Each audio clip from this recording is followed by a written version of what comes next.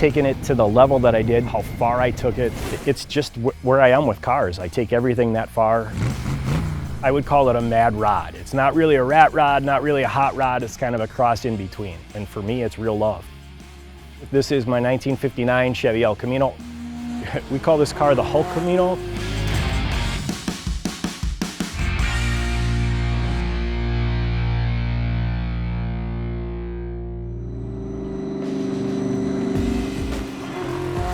When I cut the car up, what was left in the garage, I asked him if he could help me push it outside. And he goes, oh, you want to push the Hulk outside? And all of a sudden, bells went off, and it's like, well, it's green. It's going to have, a big motor in it, so let's call it the Hulk Camino. This superhero hot rod is a sensational build by mad scientist Chris Walker.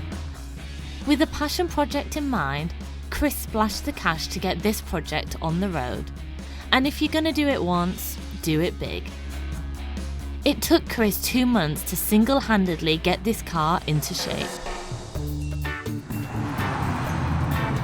So my ride's made out of a 1959 Chevy El Camino. I heard rumor that a guy had a pretty nice one behind his garage. So we went out and looked at it, and it was really turned out to be a rust bucket. The floors were rotted out, most of the trim was gone. Got it home, and I probably started on it the next day. I couldn't wait. The first day I started working on it and just cut it up big time. So there wasn't a lot left. There was just the chassis, the cowl, and the doors. There's a lot of it that didn't get used and some that did get used that probably shouldn't have. But all the sheet metals, believe it or not, it's 1959 Chevy El Camino. Front fenders, hood, they've all just been modified to look the way they look.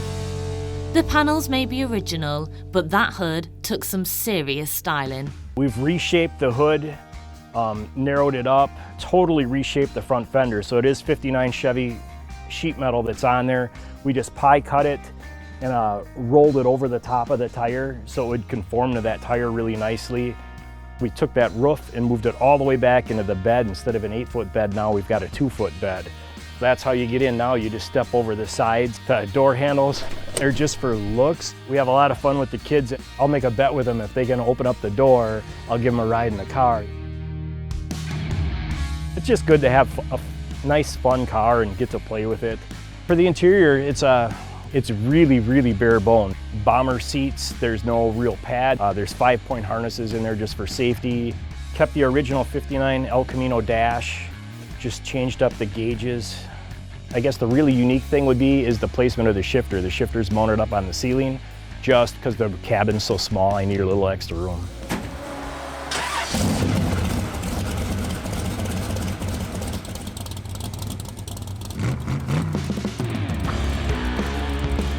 When people see the car, I get a multitude of reactions. One little kid was like, oh my God, look at, wow, super excited. It's so different than everybody else's car. We pull it up next to other 59 El Caminos, and even those guys are asking me what kind of car it is. For me, it's just that I built it in the garage. It was my vision. I didn't really have a lot of help doing it. And I mean, it's a love-hate relationship, and for me, it's real love. So taking it to the level that I did is just cars. I take everything that far. I mean, why not?